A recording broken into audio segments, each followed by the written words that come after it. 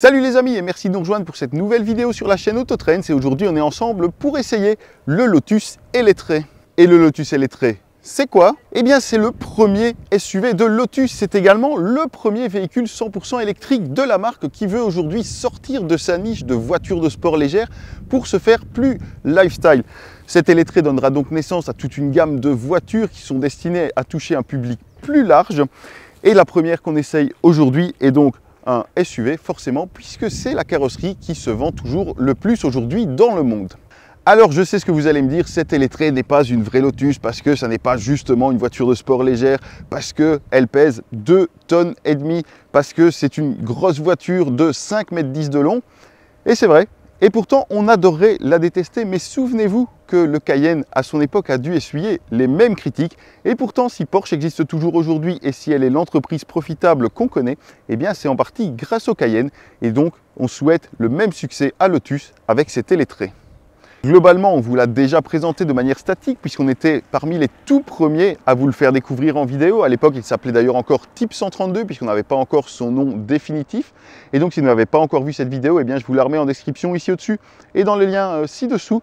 Lotus insiste beaucoup sur le fait que les proportions sont celles d'une voiture de sport avec un capot très court, un pare-brise qui revient très fort vers l'avant et surtout qui est incliné à 27 degrés. Et ça, la marque précise que c'est la même inclinaison que sur ces véhicules sportifs, que sur ces roadsters, etc.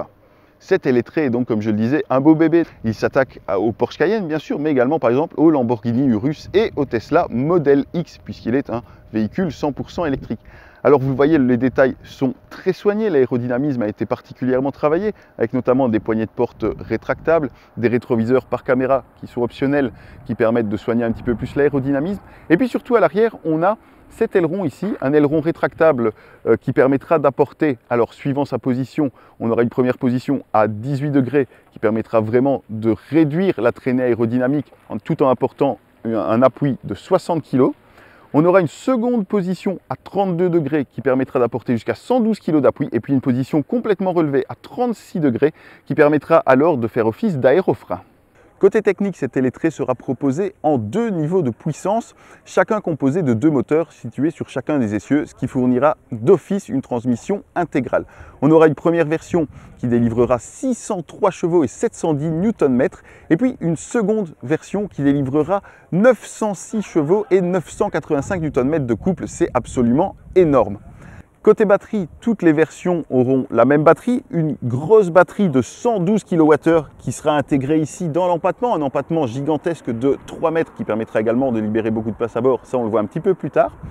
112 kWh qui permettront donc une autonomie jusqu'à 600 km sur la version d'entrée de gamme, 535 km sur la version S et jusqu'à 490 km sur la version R.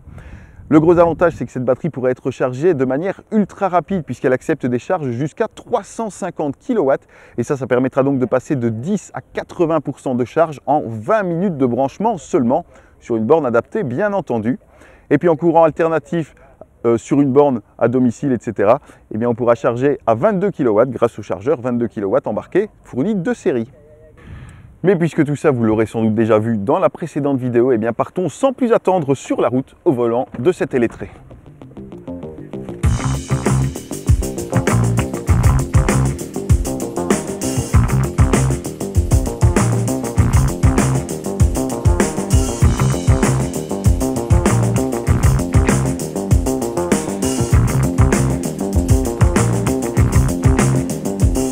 Lors de notre première rencontre avec le Lotus Eletre, on était sur une version de pré-série. On n'avait donc pas pu monter à bord, ni toucher les matériaux, voir un petit peu comment ça se présentait.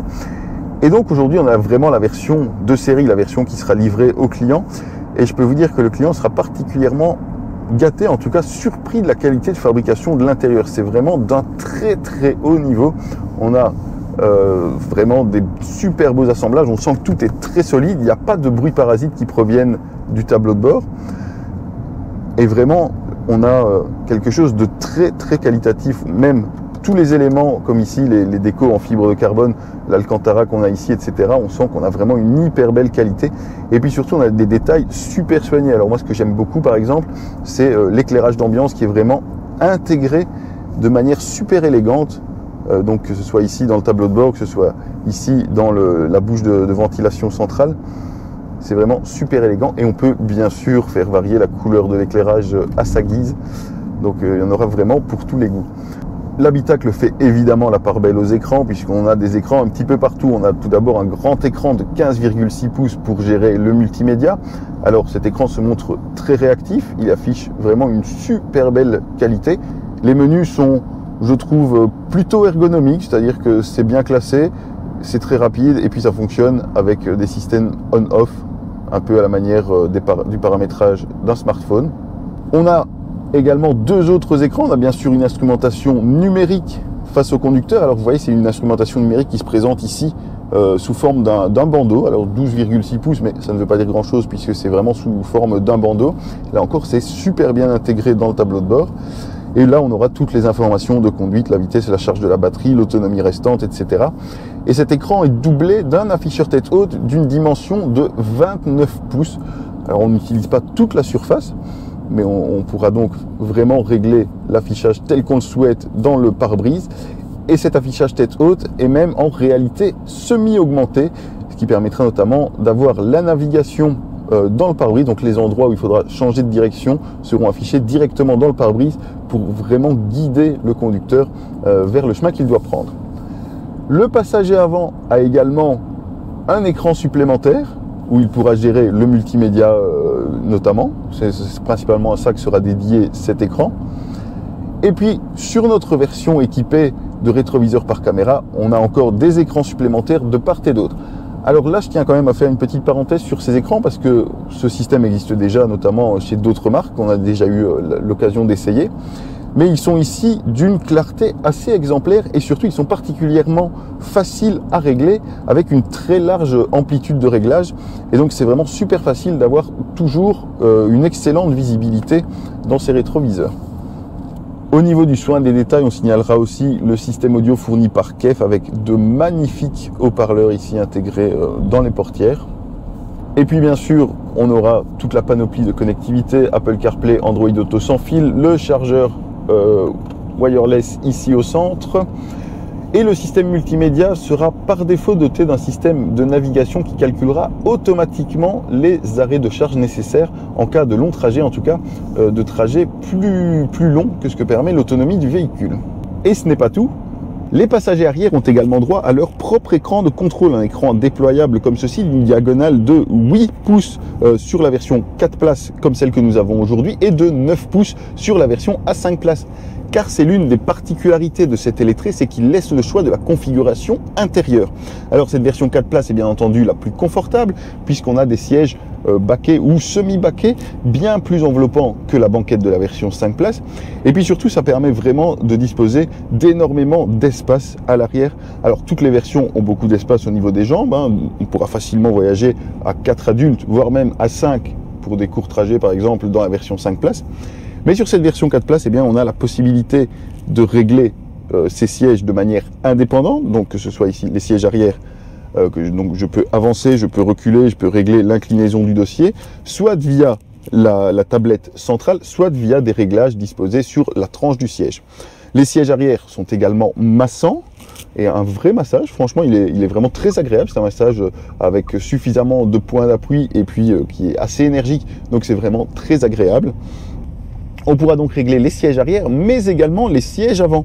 Il faudra pour cela sélectionner le siège passager avant et puis voilà, je pourrai avancer le siège. Je pourrai également en régler l'inclinaison du dossier et vraiment alors disposer d'un espace tout à fait royal aux places arrière. Cet écran permettra également de contrôler d'autres fonctionnalités. Alors on pourra notamment avoir les paramètres de cet écran, savoir quand est-ce qu'on veut qu'il s'éteigne, etc. Ça n'a pas tellement d'intérêt. On pourra régler le son, donc notamment la spatialisation du son, un système son qui est d'ailleurs vraiment très impressionnant d'efficacité et de rendu. Et puis on pourra bien entendu régler la climatisation, que ce soit pour les sièges, que ce soit pour la ventilation, que ce soit pour la température, etc. Et notons qu'on a également à l'arrière des sièges chauffants et ventilés, ce qui est quand même plutôt rare, même à ce niveau de gamme. Toutefois, pour ceux qui voudront faire de leur électré leur véhicule quotidien, la configuration 5 places sera la plus indiquée parce qu'elle permettra d'avoir un petit peu plus d'espace de chargement. Un coffre de 688 litres contre 611 seulement entre guillemets à cette version, c'est quand même déjà pas mal. Mais surtout, ça permettra d'avoir plus de modularité puisque sur cette version 4 places, il n'est pas possible de rabattre les sièges et donc on ne peut pas étendre l'espace alors qu'on pourra rabattre la banquette 1/3, 2/3 sur la version 5 places. On est au volant de la version S, donc avec plus de 600 chevaux sous le capot. Forcément, ça se montre assez dynamique. En tout cas, les performances brutes sont assez intéressantes puisqu'on a un 0 à 100 qui est effectué en 4,5 secondes et une vitesse de pointe de plus de 250 km/h. Mais ce qui nous intéresse vraiment, c'est de savoir si cette Lotus électrée se montre digne d'une Lotus en termes de comportement, puisqu'une Lotus était bien entendu réputée pour son agilité, pour sa légèreté et pour vraiment son implication qu'elle demandait au conducteur dans la conduite. Et je peux déjà vous dire qu'on a quelque chose de tout à fait différent.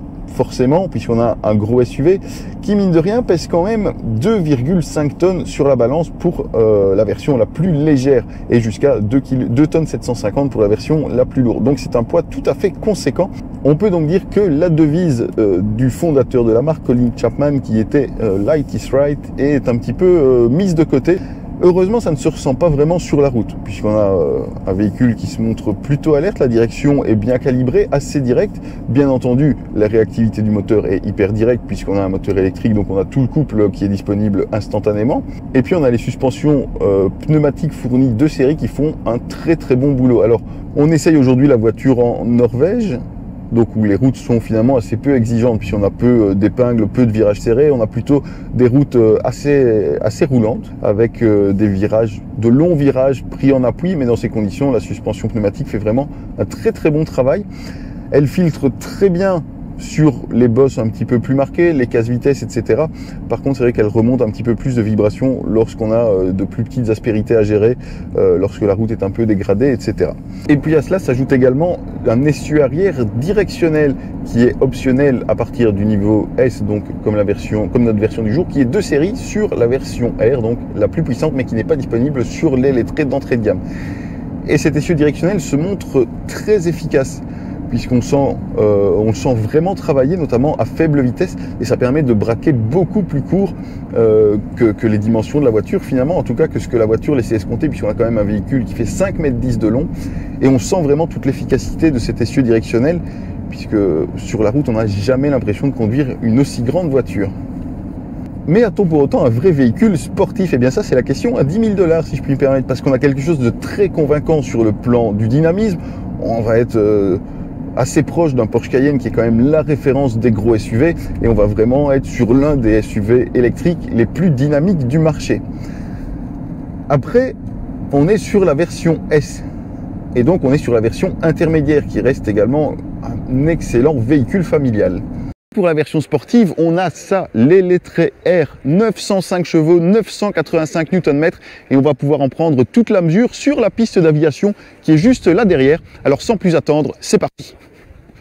Allez, on est parti au volant donc de cette version R sur la piste. C'est un aérodrome où Lotus a dressé un petit parcours de slalom et puis une longue ligne droite pour nous permettre de prendre la mesure de l'accélération donc de 0 à 100 km/h et même plus, puisqu'on est sur un terrain privé. Alors c'est parti sans plus attendre pour voir si la sportivité est vraiment au rendez-vous. Alors on est sur le mode sport, donc ça accélère déjà très très fort. Alors ce qu'on sent tout de suite, c'est qu'on a beaucoup d'agilité. C'est assez impressionnant. Alors bien sûr, cette version R est dotée d'office de l'essieu arrière directionnel et également de barres de stabilisation actives qui sont fournies de série, qui sont optionnelles sur les autres modèles. Et donc c'est impressionnant en termes d'agilité. Et alors, comme on a la version R, eh bien, elle est dotée de 2 vitesses. Donc, on a senti le passage de rapport à peu près quand on était vers les 100-120 km/h. On sent le deuxième rapport s'engager. Donc, ça donne un côté assez mécanique au rendu, ce qui est vraiment très agréable. C'est un peu comme on trouve ça sur une Porsche Taycan. Et ça donne un côté vraiment plus physique à la voiture. Et donc maintenant, on tente le launch control. Donc comme pour tous les launch control, eh bien, on appuie à fond avec la pédale, avec le pied gauche sur la pédale de frein. On accélère à fond. Et attention, 3, 2, 1. Ah,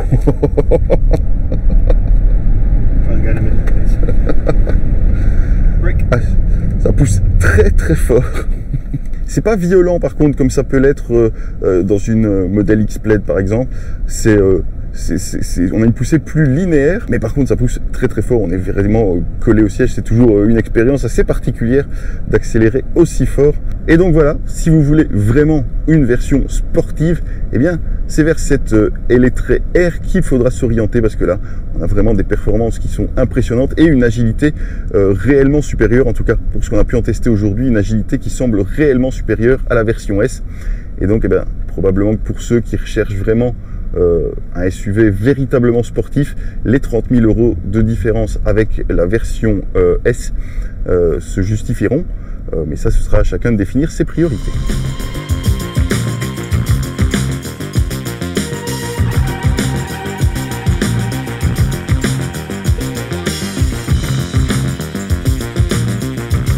En termes de tarifs, cet Eletre sera particulièrement agressif puisqu'il sera commercialisé à partir de 98 690 €, moins de 100 000 € donc.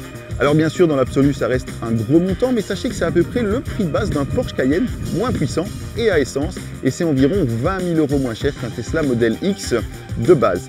Et à ce tarif, il sera déjà très bien équipé puisque je peux vous citer pêle-mêle quelques équipements, notamment la suspension pneumatique, les feux avant Matrix LED, on aura également les jantes de 22 pouces ou encore le cruise control adaptatif, donc de série. La version intermédiaire S sera quant à elle proposée à 124 090 € et pour la version la plus sportive R, il faudra compter 154 090 €. Merci à tous d'avoir regardé cette vidéo. Comme d'habitude, n'hésitez pas à liker, commenter, partager. Dites-nous ce que vous avez pensé de ce Lotus Eletre, si vous pensez que c'est une vraie Lotus ou pas.